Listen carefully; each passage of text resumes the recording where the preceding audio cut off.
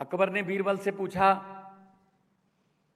कि बीरबल, सच और झूठ में क्या फर्क होता है, क्या अंतर होता है? बीरबल ने कहा, जी जितना कान और आंखों में होता है। कि बहुत से एमएलए ऐसे हैं पंजाब में जिनको हारने में फायदा है, क्योंकि जीतते हैं तो सैलरी मिलती है, हारते हैं तो पेंशन मिलती है। सैलरी है 85,000 और हारते हैं तो पेंशन मिलती है 4.5 लाख। लोहे और सोने की दुकान आमने सामने थी बाजार में। एक दिन सोने ने लोहे से कहा कि भाई, हथौड़ा तुझे भी पड़ता है, हथौड़ा मेरे भी पड़ता है, तू ज्यादा शोर नहीं करता। मैं ये समझता हूं कि जो अच्छा दोस्त वही है जो कमियां बताए। तारीफ करने वाले बहुत मिल जाएंगे। दोस्त का मतलब इस लफ्ज में ही छुपा हुआ है। एक डैश लगा दीजिए बस, 2 डैश सत्य, 2 सच्चाइयां, 2 सत्य। अगर एक तरफ से सत्य है, एक तरफ से झूठ है, ज्यादा देर नहीं चलेगा। तो सत्य वही है जो बताया जाए। अकबर ने बीरबल से पूछा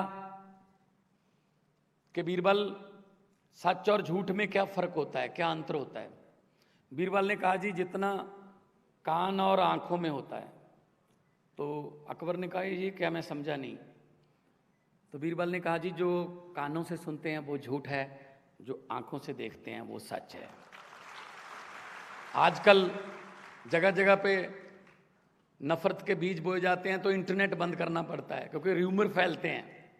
वो कानों से सुनते हैं, हम आंखों से नहीं देखते। अफवाहें कानों से फैलती हैं, आंखों से नहीं फैलती। तो अखबारों का ये काम, मीडिया का ये काम है कि वो लोगों को आगाह करे कि ये हो रहा है।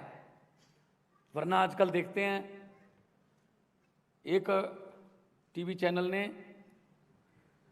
15 मिनट का एक शो है, 24 घंटे का चैनल है, 15 मिनट का शो शुरू कर रखा है पॉजिटिव खबरें। इसका मतलब 23 घंटे 45 मिनट वो नेगेटिव खबरें देते हैं। खबरों में पॉजिटिविटी नेगेटिविटी नहीं होनी चाहिए। खबर तो खबर है। हमने पंजाब के पैसे को लूटने वालों को पहचानना शुरू किया। हमारे यहां एक एक्ट बनाया था। एक्ट बनाने वालों ने अपने ही पक्ष में, एक बार आप एमएलए बन गए, अगली बार नहीं बने तो आपको 75,000 रुपये पेंशन मिलेगी। आप 2 बार बन गए, तीसरी बार नहीं बने तो 50,000 और ऐड हो जाएगी। आप 4 बार बन गए, 5वीं बार नहीं बने तो 50,000 आपकी पेंशन बढ़ती जाएगी। 7-7, 8-8 बार जीते हुए हैं। हैरानी की बात यह है विजय जी कि बहुत से एमएलए ऐसे हैं पंजाब में जिनको हारने में फायदा है, क्योंकि जीतते हैं तो सैलरी मिलती है, हारते हैं तो पेंशन मिलती है। सैलरी है 85,000 और हारते हैं तो पेंशन मिलती है 4.5 लाख। तो हमने बोल दिया कि जी सेवा, हाथ जोड़कर वोट मांगते हो कि हमें सेवा का मौका दीजिए। हम सेवा की इतनी पेंशन नहीं दे सकते। एक एमएलए एक पेंशन, चाहे 10 बार बनो चाहे 5 बार बनो। तो ऐसा चाहते हैं हम पंजाब, जो पहले नंबर 1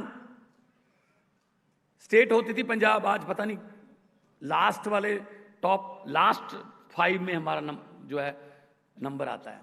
क्यों आता है? क्योंकि हमें जो पॉलिटिकल विल पावर रखने वाली लीडरशिप नहीं मिली।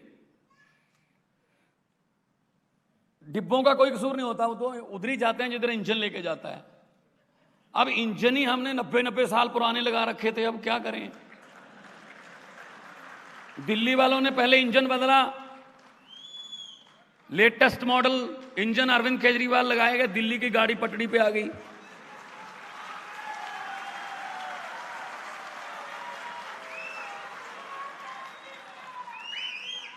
अब पंजाब वालों ने इंजन बदल लिया और डिब्बे भी हम तो 92 दिए हैं साथ में। तो पंजाब की गाड़ी भी तरक्की की पटड़ी पर जल्दी आपको नजर आने लगेगी। प्रॉब्लम यह नहीं है कि हमें किसने लूटा। अंग्रेजों ने 200 साल लूटा, जम के लूटा। लेकिन आज अंग्रेज शर्मिंदा होंगे शायद कि हमने 200 साल में उतना काम नहीं किया जितना ये वाले 2 साल में कर देते हैं। अपनों ने लूटा। लोहे और सोने की दुकान आमने सामने थी बाजार में।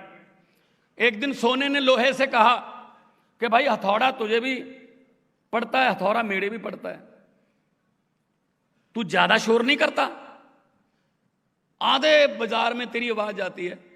हथौड़ा, सोना बोला हथौड़ा मेरे भी पड़, तो हथौड़ा मेरे पे भी चलता है, कभी मेरी आवाज दुकान से बाहर सुनिए। तो लोहे ने कहा बिल्कुल सही बात है, हथौड़ा तेरे पे भी चलता है, हथौड़ा मेरे पे भी चलता है, तो तेरी आवाज कम आती है क्योंकि हथौड़ा तेरे लिए, लोहे का हथौड़ा तेरे लिए बेगाना है। बेगानों को काम ही पीटना है, बेगाने तो पीटेंगे, दुख देंगे, कष्ट देंगे, लेकिन मेरा दर्द इसलिए ज़्यादा है कि मुझे मेरे अपने पीटते हैं। लोहे का ही हथौड़ा है और लोहे को ही पीटता है। तो हमें दर्द इस बात का है, हमें अपने लूट रहे हैं हम। बेगानों का तो काम ही ये था ना, लूटने ही आए थे, अब अपने लूट रहे हैं।